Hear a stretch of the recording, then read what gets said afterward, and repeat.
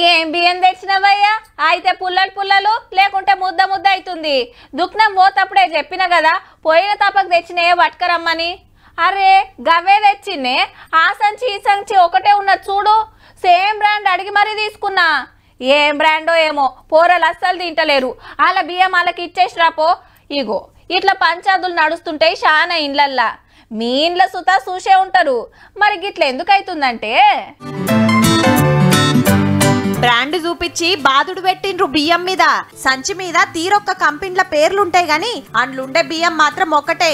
ఉప్పుడు బియ్యాన్ని పాలిష్ పట్టి సంచులలో నింపి సోనా బియ్యం అని అమ్ముతున్నారట.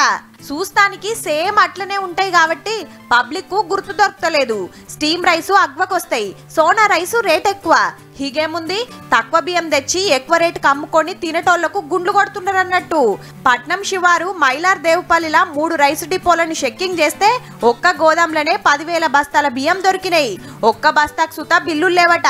అంటే పక్క కల్తీ చేసిండ్రని డౌట్ వచ్చి గోదాం సీజ్ చేసిండ్రు ఆఫీసర్లు. ఇక్కడ బోల్డెన్ బ్రాండ్స్ ఉన్నాయి. ఆ బ్రాండ్స్ ఫస్ట్ టైం చూస్తారు.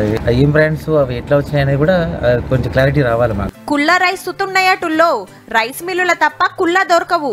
గోడౌన్ల ఎందుకు పెట్టిండ్రో మరి. బయట కోపిన్ బియ్యం కొనుక్కొచ్చి అవి సుత పాలిష్ పట్టి అమ్ముతున్నారని కంప్లైంట్లు వచ్చినాయట సార్లకు. షాంపిల్లు తీసుకుపోయి చెక్కింగ్ చేసే పనులున్నారు.